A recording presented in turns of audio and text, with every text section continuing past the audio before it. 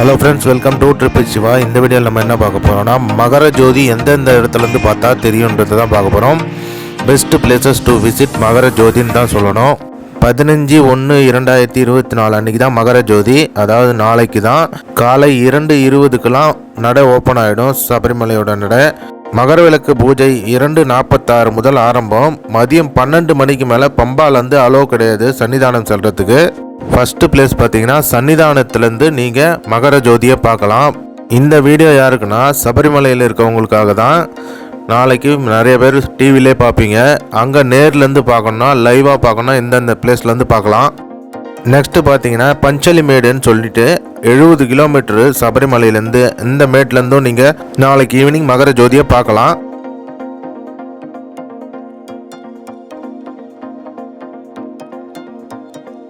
Next பார்த்தீங்கன்னா மரக்கூட்டம்லேருந்தும் பார்க்கலாம். நீங்கள் திருவாபரணப்பட்டி சன்னிதானத்தை ஒரு சாயங்காலம் போல் ஈவினிங் போல் ரீச் ஆகும். ரீச் ஆனதுக்கப்புறம் மகர ஜோதி தெரியும் பொன்னம்பலமேட்லேருந்து.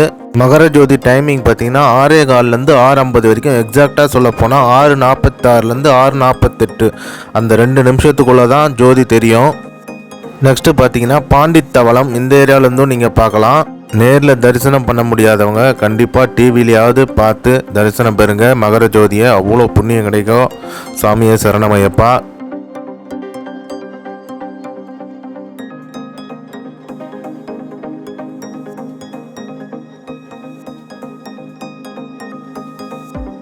நெக்ஸ்ட்டு பார்த்தீங்கன்னா மாளிகைபுரத்துலேருந்தும் நீங்கள் மகர ஜோதியை பார்க்கலாம்.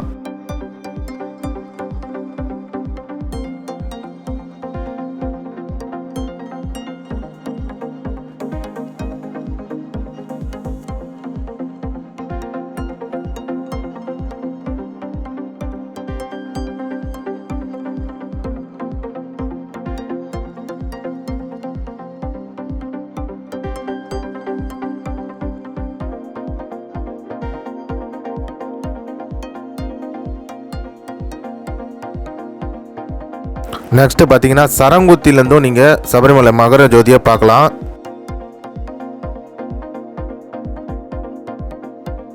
நெக்ஸ்ட்டு பார்த்தீங்கன்னா பம்பாலேருந்தும் பார்க்கலாம். பம்பா ஹில் டாப்லேருந்து பார்க்கலாம். நீங்கள் பார்க்கிங் முதல்லாம் விட்டுருப்பாங்க பாருங்கள், அந்த இடத்துலேருந்தும் நீங்கள் பார்க்கலாம். ஃபைனலாக பார்த்தீங்கன்னா புல்மேடு பாதையிலேருந்தும் பார்க்கலாம். புல்மேடு பாதையிலேருந்து பார்த்தீங்கன்னாலும் கிளியராக தெரியும். நாளைக்கு பார்த்தீங்கன்னா 6:40 6:50 இந்த டைமிங்குள்ளே தெரியும். மகர ஜோதியை பார்த்து சாமி தரிசனத்தை பெறுங்க. சாமியை சரணமையப்பா.